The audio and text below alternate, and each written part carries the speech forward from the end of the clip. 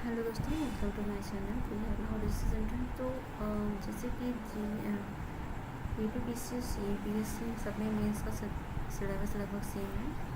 तो आज हम करेंगे सोसाइटी, जो कि GS1 का पार्ट है, और इंडियन सोसाइटी। इसको कंप्लीट करने की कोशिश करेंगे, 2-4 वीडियो में कंप्लीट कर देंगे। तो हम थोड़ा थोड़ा पढ़ाएंगे ताकि आप अच्छे से समझ सकें।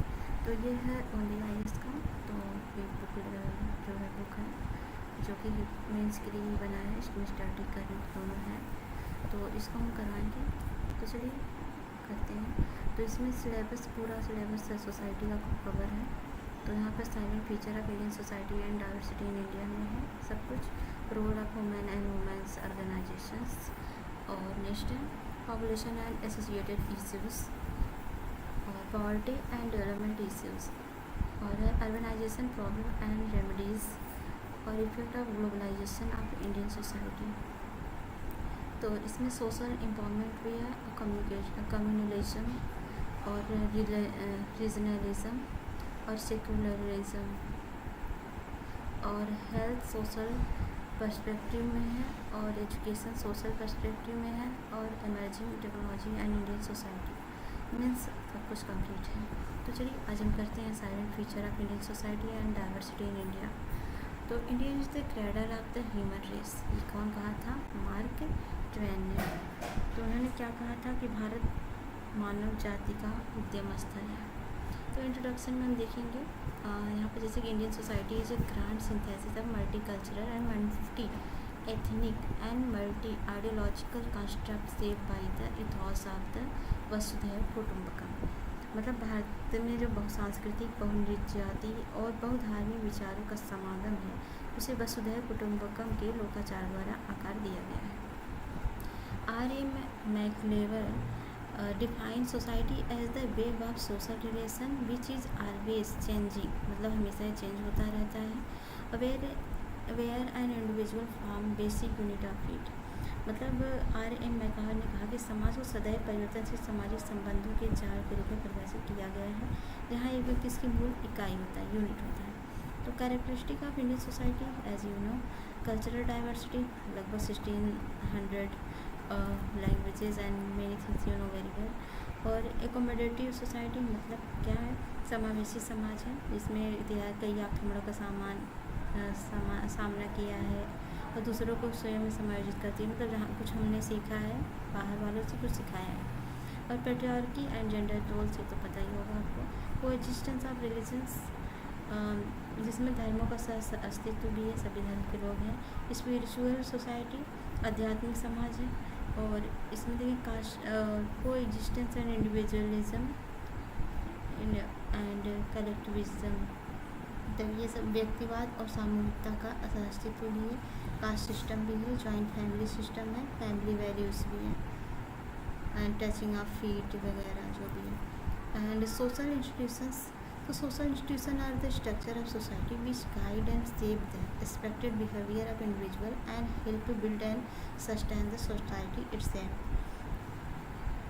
तो इसमें क्या है, जैसे कि सामाजिक संस्थाएं जो होती हैं, वो संरचनाएं जो व्यक्ति के अपेक्षित व्यवहार को निर्देशित करती हैं और आकार देती हैं, और समाज के मानव उसे बनाए रखने में मदद करती हैं।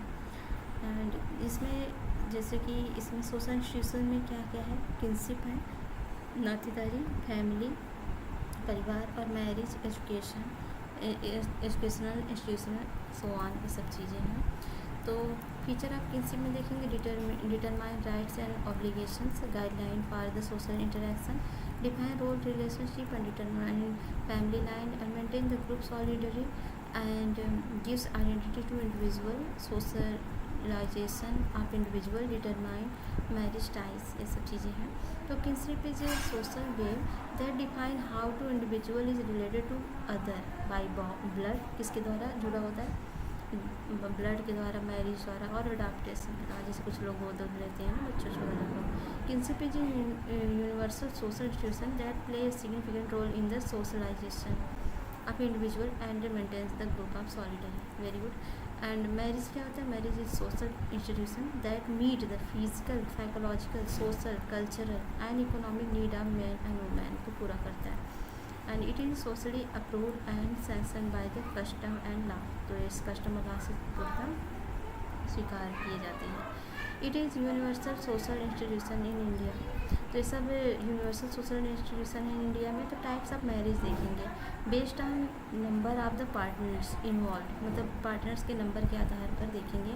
तो मोनोगैमी है, मोनोगैमी मतलब at a given time man और women's remain married to only one man. मतलब यहाँ पर एक आदमी एक औरत की ही शादी होती है, ऐसा नहीं है कि एक लोग की दो लोग शादी होती है। There are two types of monogamy, इसमें दो तरह के मोनोगैमी है, जिसमें है सीरियल मोनोगैमी। सीरियल मोनोगैमी मतलब अगर कोई है, जैसे किसी के पति की डेथ हो गई, विधवा हो गया है, कोई डाइवोर्स ले लिया, दोबारा शादी कर रहा है, सीरियल वाली मतलब एक लोग के ख़त्म होने के बाद ही दूसरा रिलेशन शुरू, तो उसको बोलते हैं सीरियल मोनोगैमी। और स्ट्रेट मोनोगैमी क्या होती है, इसमें रीमैरिज अलाउड नहीं होता है। अब पॉलीगैमी क्या है, more than one spouse at a given time. There are two types of polygamy. तो polygamy, one man is married to more than one women at a given time. It is present in the Baigas and Gonds of India. Polygamy मतलब बहुविवाह, जिसमें polygamy क्या होता है, polygamy one man is married to more, मतलब एक आदमी की शादी बहुत सारी वुमेन्स के साथ होता है। It is present in Baigas and Gonds में होता है। और नेक्स्ट है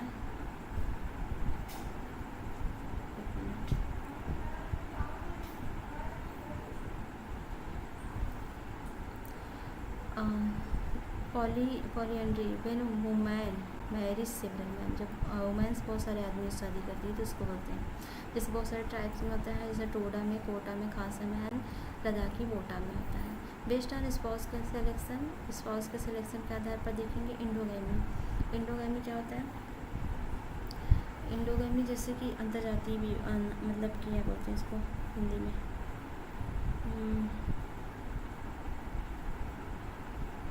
इसको बोलते हैं इंडोगैमी, हाँ अंतर विवाह बोलते हैं सजाती, मतलब marriage with in one cast सब कास्ट, मतलब एक ही कास्ट सब कास्ट में जब मैरिज होता है तो उसको ही बोलते हैं इंडोगैमी। जैसे जो इंडियन अरेंज मैरिज होता है वो based on the endogamy, caste endogamy. Exogamy क्या होता है, marriage outside on kins group, for instant Indian practice gotra. Exogamy can not marry individual belonging to the same gotra, मतलब सेम गोत्र में नहीं होगा, किसी और गोत्र में शादी करते हैं, इसको एक्सोगैमी बोलते हैं। Contemporary types of the marriage, तो विवाह के समकालीन प्रकार जैसे कि और देख सकते हैं। तो यहाँ पर होता है companionship marriage, marriage is based on the need of the compensation, मतलब एक ज़रूरत साहचर्य के लिए शादी करते हैं। ओपन मैरिज क्या होता है, marriage in beach both partners conquer that having an extramarital connection is acceptable and will not be viewed as a infidelity। मतलब खुला ओपन मैरिज क्या होता है, विवाह जिसमें पति पत्नी दोनों इस बात पर सहमत होते हैं कि विवाहोत्तर संबंध स्वीकार्य है, इसे व्यवसाय के रूप में नहीं देखा जाए, मतलब एक्स्ट्रामैरिटल अफेयर वगैरह कर सकते हैं, इसमें उनको कोई धोखेधड़ी वाला प्रेम नहीं करना होगा। Structural and functional changes in the marriage system, structural and functional changes in marriage system क्या है, the rising age of marriage, जैसे कि विवाह की उम्र अभी बढ़ाई जा रही है क्योंकि बहुत सारे लोग अपने एजुकेशन कैरियर पर फोकस करना ज़्यादा ज़रूरी समझते हैं, मैन वुमेन, तो कभी विवाह पे में वो देरी करते हैं। Changes in the form, changes in the form, traditional form marriage like polygamy and polygyny are legally prohibited in India under this Hindu marriage act 1955। इसका मतलब ये है कि जो है हिंदू विवाह अधिनियम 1955 के तहत भारत में विवाह के पारंपरिक रूप जैसे बहुपत्नी और बहुविवाह जो है कानूनी रूप से क्या है मतलब प्रोहिबिटेड है, रोक दिए गए हैं। Changes in women's role, women का रोल क्या है, women are taking active participation in their spouse selection and in other decision making process, they are challenging traditional gender expectations. तो अभी क्या हुआ है कि वुमेन का रोल बढ़ गया डिसीजन मेकिंग प्रोसेस में and challenge traditional gender expectation में। कंपनसेशनशिप rather than a duty, marriage has evolved to more based on lifelong compensation rather than mere duty। मतलब अभी ये क्या हो गया कि महिलाओं की भूमिका में परिवर्तन हो चुका है, तो यहाँ पर क्या ड्यूटीज़ नहीं बल्कि वो शादी करते हैं साहचर्य के लिए ताकि वो एक दूसरे से साथ निभा सकें। रिकॉग्निशन टू लिव इन, अभी देखेंगे स्वैच्छिक सहवास लिव इन का मान्यता दी गई है। The supreme court legalised the institution of live in relationship where by the partners prefer to stay together without socially censored marriage rituals, बिना शादी किए हुए लिव इन रिलेशनशिप में रहते हैं जिससे वो एक दूसरे को जान समझ सकें। Unacceptability to love marriage. There is not a notable increase in the prevalence of love marriage. This reflects the notions of romance, individualism and personal choice. तो अभी प्रेम विवाह की स्वीकार्यता भी बढ़ गई है, प्रेम विवाह के प्रचलन में उल्लेखनीय वृद्धि हुई है, तो पता ही होगा, वही सब करते हैं।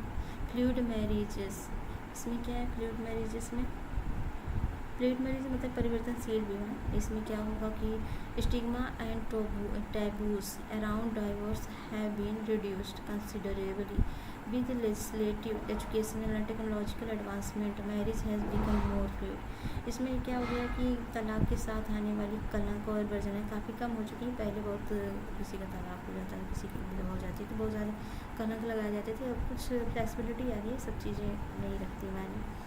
ट्रेडिशनल वैल्यूज स्टिल परसिस्ट, तो पारंपरिक मूल्यों की यथास्थिति क्या है? Even with the changing of society traditional values pertaining to marriage still persist. For instance, arranged marriage set up among Indian background families settled abroad, India matchmaking series। तो मतलब बदलते समाज के साथ भी विवाह में संबंधित पारंपरिक मूल्य अभी भी कायम है, जैसे कि विदेश में बसे भारतीय पृष्ठभूमि वाले परिवारों के बीच सुसंगत विवाह का प्रचलन एक उदाहरण है। रोजाना लोग करते हैं marriage. Legalising the same sex marriage, तो same sex marriage can be defined as the union between two homogenous sex, मतलब सेम टाइप की, इस तरह लड़की लड़की से शादी करेगी, लड़का लड़की से सेम सेक्स मैरिज होता है। This have been long debates and discussion about the legalising the, तो इसको लीगलाइज करने के लिए बहुत सारे डिबेट डिस्कशन होते रहते हैं स्पेशल मैरिज एक्ट 1954 के तहत। आर्गूमेंट अगेंस्ट दस लेजिस्लाइजिंग द सेम सेक्स मैरिज, जैसे रिलीजियस डिफिनेशन ऑफ मैरिज है कि इसमें एक लड़का एक लड़की से शादी करेगा, ऐसा नहीं कि सेम सेम लोग शादी करें, तो कुछ रिलीजियस डिफिनेशंस हैं। और लेजिस्लेटिव सेंसेशन विधायी स्वीकृति, विवाह करने का अधिकार निरपेक्ष नहीं है बल्कि यह राज्य के कानून का अधीन है। तो विवाह कब करना है, कितनी बार करना है, किससे करना, कैसे तलाक लेना है, पशुगमन, ये सब क्या है, राज्य देखता है। Right to privacy, the right to sexual orientation is a part of right to privacy, however it can not be extend to marriage, that is the necessary public elements. तो निजता का अधिकार, जैसे कि निजता का अधिकार का एक हिस्सा है ये भी, तो हालांकि इसे विवाह तक विस्तारित नहीं किया जा सकता क्योंकि इसमें एक आवश्यक सार्वजनिक तत्व निहित है। That's why right to privacy के अंतर्गत आ गया। Issues with adoptation and children, where parents can have social discrimination and negative psychological impact of children wellbeing. तो इसमें क्या होता है, अगर वो बच्चे को अडॉप्ट करेंगे तो उसमें बच्चे के साइकोलॉजिकल इम्पैक्ट कुछ पड़ेगा। दैट्स वाई ये भी रिस्ट्रिक्ट है। Gendered terminology such as mother, father, husband, wife have been gathered with would be problematic in same sex marriage. तो इसमें क्या होगा, माता पिता, पति पत्नी जिस शब्दावली को लिंग आधारित कर दिया गया है जो कि समान विवाह में समस्याग्रस्त होगा। दैट्स वाई ये सब क्या है, डिबेट डिस्कशन के पार्ट हैं सेम सेक्स मैरिज के लिए।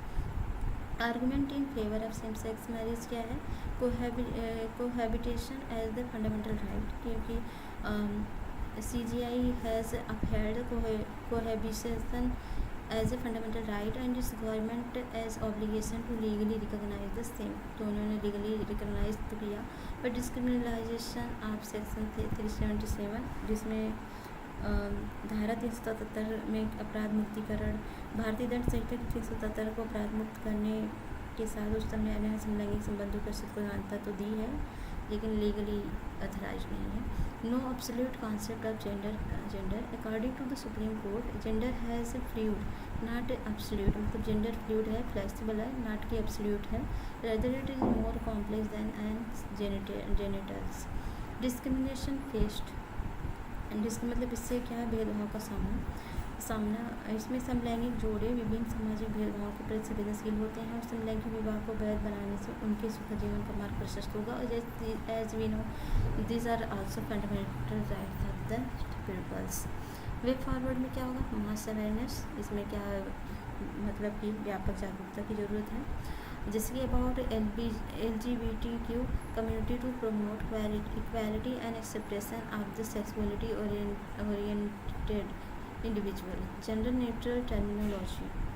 तो इसमें क्या है, the act laws and by law should have gender neutral references, for instance replacing the husband and wife term as the special marriage act with spouse, legal reform for better acceptance and legal protection of the LGBTQ plus community. It is crucial to uphold human rights and dignity respective sexual orientation. Collective effort भी कर सकते हैं mayor making a policy law LGBTQ community is not fruitful if they are not actively involved in the policy of law formation process. It is crucial of addressing the specific challenges। और family तो इसमें क्या होता है, समुदाय की बेहतर स्वीकृति, कानूनी सुरक्षा के लिए और रुझान के बावजूद मानवाधिकार और गरिमा को बनाए रखना महत्वपूर्ण है। हस्बैंड और सेम मैरिज के लिए और समुदाय के लिए सिर्फ निहित कानून बनाना तो सार्थक नहीं है जब तक कि नीति कानून निर्माण प्रक्रिया में सक्रिय रूप से शामिल ना हो। मतलब सबके मेंटल ऐसा प्रिपेयर होना भी चाहिए कुछ चीज़ को एक्सेप्ट करें। फैमिली की बात करते हैं। Sociologist Nimkoff define family as a more or less durable association of husband and wife with without children or man or woman alone with the childrens. तो इसमें निम्कोफ ने परिवार को पति पत्नी के कम या ज़्यादा स्थायी रूप से जुड़े होने में परिभाषित किया है, जिसमें बच्चे हो या ना हो, या फिर एक पुरुष हो महिला अपने बच्चों के साथ अकेले रहना भी परिवार माना जा सकता है। तो यहाँ पर देखेंगे types of family. Nuclear family जहाँ पर एकल परिवार रहते हैं, और जॉइंट फैमिली जहाँ पर सब लोग दादा का चाचा चाची सब मिलके रहते हैं। सिंगल पेरेंट फैमिली होता है जिसमें कि मदर या फादर अपने बच्चे को पालते पोसते हैं। डिवोर्स या separate and death of the choice, ये सब जो लोग होते हैं। फॉस्टर फैमिली क्या होता है,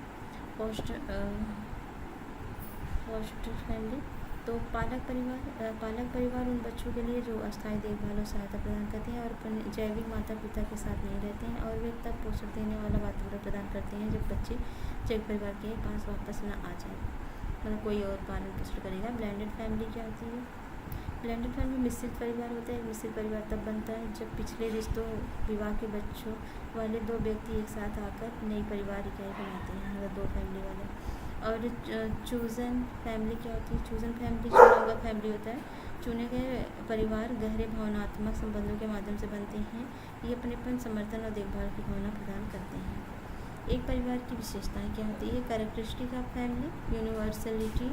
इसमें क्या होता है, परिवार एक सार्वभौमिक सामाजिक इकाई है क्योंकि वह व्यक्ति और समाज के कई आवश्यक कार्य करता है। एंड सोशल सेंसर रिलेशनशिप होता है, सोशल नॉर्म्स होते हैं, कॉमन हैबिटेशंस होते हैं, इमोशनल सपोर्ट्स होते हैं, किनशिप एंड नॉमेनक्लेचर होता है, मतलब नातेदारी शब्दावलियाँ सब आती जाती हैं। फंक्शन ऑफ फैमिली होती है reproduction of procreation and provide shelter, socialisation, economic functions and educational functions and religious function, ऐसा चीज़ें होती हैं। Merit of the joint family system, तो जॉइंट फैमिली सिस्टम के लाभ क्या हैं, इकोनॉमिक प्रोग्रेस होता है, जैसे कि the joint family meet the basic need such as food, clothing and shelter of its member. Advantage of the division of labour, इसमें होता है सोशल इंश्योरेंस होता है, हेल्थ एंड सोशल कंट्रोल भी होता है। Promote psychological security, the joint family through creating the harmonious atmosphere and the family contribute to the development of the social solidarity. Demerits of joint family क्या है, retards the development of the personality, the elder take up most of the responsibilities and the younger one are over protected. Promote idleness और है undermine the status of women, ये सब चीज़ें हैं joint family system में कुछ कॉन्सेस। Structural and functional changes in the Indian family. Nuclear family क्या होती है, the traditional large size joint family which was also a socio-economic unit that has been replaced by the small-sized nuclear family. This trend has been strengthened by the urbanization and industrialization. Legislative measures देखेंगे, legislative major में जैसे child marriage restraint act है 1929 का, 1929 का, Hindu marriage act है 1955 का, Hindu window remarriage act है 1856 का, हिंदू सक्सेशन एक्ट है 1956 का। Have all impacted family relationship composition and stability. functional and independent of women and influence the western values and fluid nature of the family. ये सब चीज़ें हैं. races in India. races in India में देखेंगे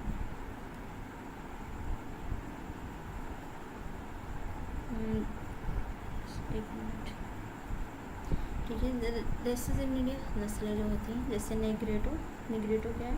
भारत में सबसे पहले बसने वाले मुख्य रूप से दक्षिण जैसे केरल, अंडमान निकोबार द्वीप में पाए जाते हैं. उदाहरण के लिए केरल, कादर, इवूला और पुलियान, अंगामी, नागा, ये सब क्या हैं? ये सब नेग्रेटो हैं.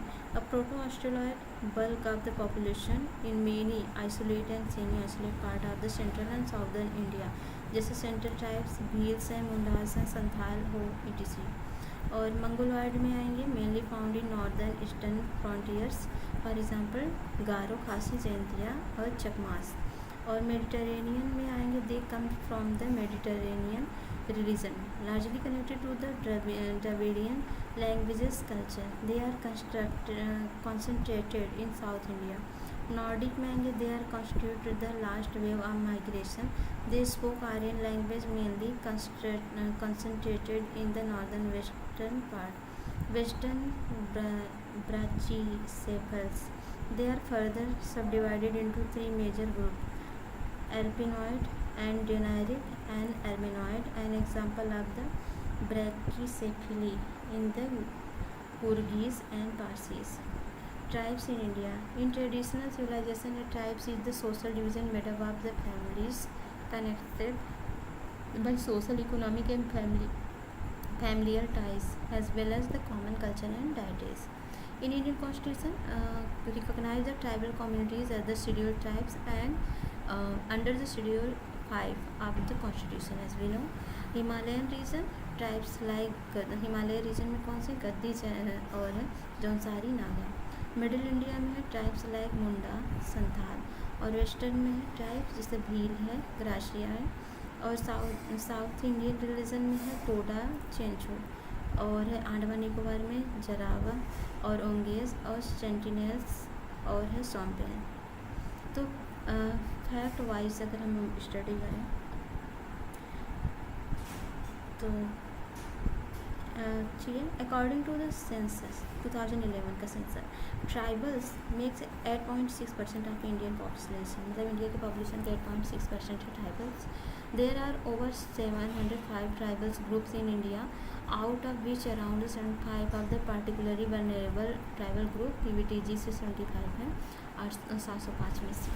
As per 2011 census of India, Bhil the most populous tribes in total population 4 lakhs 4 crore 4 lakhs will be whatever you can calculate this, constituting the 37.7% of the total scheduled tribes population. The largest number of tribal communities 62 are found in Odisha. और 15 November is celebrated as the Janjati Gaurav Divas, celebrated to recognise the effort of the tribals in the preserving of the cultural heritage. It also marks the birth anniversary of Birsa Munda. Birsa Munda के जन्म दिवस के रूप में 15 नवंबर को celebrate किया जाता है जनजातीय गौरव दिवस.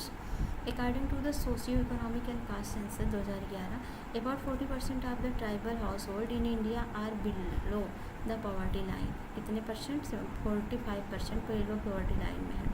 इन the budget 2023-24 overall overlay of the ministry of tribal affairs इतने करोड़ रुपए जो हैं increase for 70.69% over the previous year. Revised estimate of the मतलब इतना इंक्रीज किए गए इन लोग के वेलफेयर के लिए. कॉन्स्टिट्यूशन प्रोविजंस की बात करें तो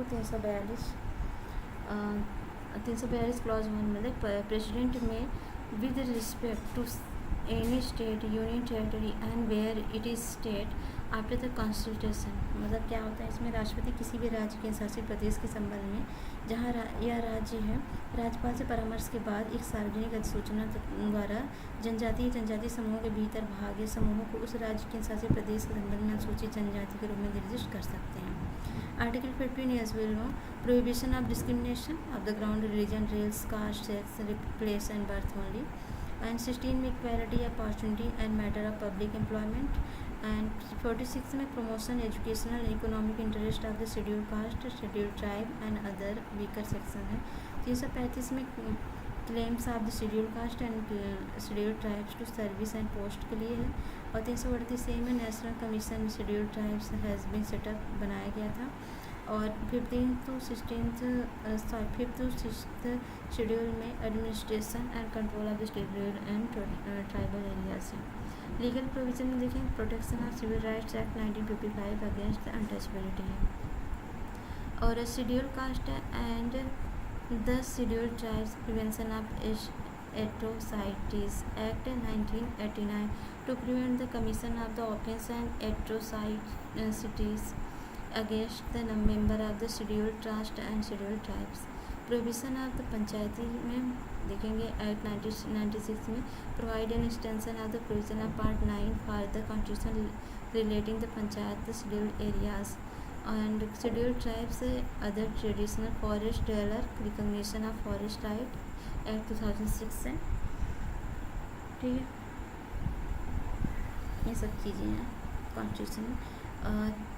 यहाँ पर देखेंगे कुछ कमीशंस हैं, जैसे देबर कमेटी 1960 बना था, लोकपुर कमेटी 1965 में, भूरिया कमीशन 2002-4 में और झांसा कमीशन 2013 में। Changes in tribal society, industrialisation and market production and commercialisation and indigenous knowledge and force to move out and devoid of the livelihood, ये सब चीज़ें। कास्ट सिस्टम में देखेंगे जाति प्रथा जिसे बोलते हैं caste is hereditary and endogamous group, ये तो पता ही होगा, एक वंशानुगत और विवाही समूह के जिसका एक समान नाम है, व्यवसाय, संस्कृति, गतिशील और सामाजिक स्थिति होती है। गतिशीलता, सामाजिक स्थिति, भेद और एकल स्वरूप समुदाय के रूप में इसकी संरचना अपेक्षित कठोर है। Varna is four division varna system, Brahmin, Kshatriya, Vaishya, Shudra में डिवाइड है, while jati genetic term referring to species. History of caste system ancient age में देखेंगे क्या हुआ था प्राचीन काल में। The caste system is associated with Hindu religion as per Rigveda there were 4 categories known as the varnas. तो पहले वर्णा में थे ब्राह्मण, क्षत्रिय, वैश्य, शूद्र। और it is only the post Vedic period the caste become the rigid institution that familiar to us well known definitions. तो उत्तर वैदिक काल में ही जाति तक ऐसी कठोर संस्था बन गई जो जाति की सुप्रसिद्ध परिभाषाओं से परिचित कराती है। उसके बाद औपनिवेशिक काल में देखें कॉलोनियल टाइम में the dominant review of the nationalist movement was to treat caste है, तो इसको मैं समझा देती हूँ। राष्ट्रीय आंदोलन के दौरान व्यवसाय जो एक सामाजिक बुराई बन जाती है, वही दूसरी महात्मा गांधी जैसे नेताओं ने समाज के तथाकथित सबसे निचले तबके के हरिजनों के उत्थान के लिए कार्य किया। वहीं पर बात करें हम स्वतंत्रता के समय, तो राष्ट्र ने जाति संबंधी विरोधाभासों को विरासत में पाया और जहां सरकार व्यवस्था के उन्मूलन के लिए प्रतिबद्ध रही और अमूलचूल सुधारों को लागू करने में समर्थ भी थी और जाति के समानता के आर्थिक आधार को कमजोर कर दी। सब चीज़ें हैं, उन्होंने काफ़ी सुधार में काम भी किया। फीचर ऑफ कास्ट सिस्टम देखेंगे सेगमेंटल डिवीजन ऑफ सोसाइटी, तो समाज का खंडी विभाजन होता है इससे। और इसमें इंडोगैमी क्या होता है, अंतर्विवाह होता है, किसी भी अपनी उपजाति के भीतर विवाह के सिद्धांत है, यह जाति व्यवस्था को कायम रखने के लिए मौलिक है। और हेरिडिटरी ऑक्यूपेशन है इसमें, मतलब वंशानुगत व्यवसाय होता है। अस्पृश्यता, untouchability, it is the act of isolating the group from the majority due to the social customs that consider, मतलब भेदभाव उनसे किया जाता है जो निचले जाति के होते हैं। हायरार्की में क्या होता है, पदानुक्रम में जाति हमें पदानुक्रम का एक मौलिक सामाजिक सिद्धांत सिखाती हैं जिसे प्रभुत्व की सीढ़ी द्वारा दर्शाया जाता है। उदाहरण के उच्च जाति, ब्राह्मण, निचली जाति के दलित। और civil and religious disability, caste group are subject to restrict of the contract, dress, speech, dining and ritual to maintain purity. तो सब चीज़ें हैं जातिगत शुद्धता बनाए रखने के लिए जाति समूह पर संपर्क, वेशभूषा, बोलचाल, भोजन, अनुष्ठान संबंधी प्रतिबंध भी लगाए जाते हैं। जाति व्यवस्था में परिवर्तन, transformation of the caste system, rise the intercaste marriage से खत्म किया जा सकता है, परिवर्तन किया जा सकता है। और decline in the Brahmin supremacy decline करके, emergence of dominant caste, changes in the commensality and occupational changes and attitudinal changes and come back to the caste system, इससे हो सकता है। Factor affecting the changes in the caste system, जो affect करते हैं Sanskritisation है, westernisation है, industrialisation and urbanisation है, कास्ट एंड पॉलिसीज़ है, लेजिस्लेटिव मेजर्स है, मॉडर्नाइजेशन है, इमर्जेंस डोमिनेंट कास्ट, मतलब मॉडर्नाइजेशन वगैरह जो आ चुकी है, इससे बहुत सारी चीज़ें इससे चेंजेस आ चुके हैं जो कि अफेक्ट नहीं करते हैं। जाति व्यवस्था परिवर्तन प्रभावित करने वाले कारक हैं सब। एंड देखेंगे वीकनिंग कास्ट सिस्टम क्या है। तो वीकनिंग जाति व्यवस्था का निर्बलीकरण क्या है, जाति व्यवस्था का सशक्तिकरण। तो changes in the hierarchical structure, तो caste hierarchy based on the purity and pollution that है वीकेंड बिकॉज ऑफ सेकुलराइजेशन। धर्मनिरपेक्षता के कारण शुद्धता और शुद्धता पर आधारित जाति पदानुक्रम कमजोर हो गया है।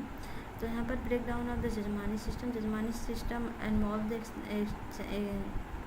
exchange of the good and service with the jati contributing to share based on the occupational, especially disruption of the traditional ordained occupational system due to globalization and rise of the service sector. यहाँ पर strengthening caste and policies, the preventive caste policy resulted the enactment legislation to protect the right of the disadvantaged and marginalized the section of society, democratic decentralization, the reservation। जैसे जाति की राजनीति के प्रसार के परिणामस्वरूप समाज की वंचित और हाशिए पर रहने वाले वर्गों के अधिकारों की रक्षा के लिए कानून बनाया गया। लोकतांत्रिक केंद्रीकरण, जिसमें पंचायत राज व्यवस्था में आरक्षण के निचली जातियों और लोकतंत्र प्रतिनिधित्व का अवसर दिया गया। जाति आधारित सकारात्मकता, जिसमें शिक्षा और नौकरी में जाति आधारित आरक्षण के प्रावधान की जाति की पहचान को मजबूत करती है। रिलीजियस प्लूरलिज्म, धार्मिक बहुलवाद। तो धार्मिक बहुलवाद में एवरी सिटीजन्स है, तो ठीक है, चलिए इसको हम अगले वीडियो में करेंगे। अगर वीडियो पसंद आता है सब्सक्राइब करिए, लेकिन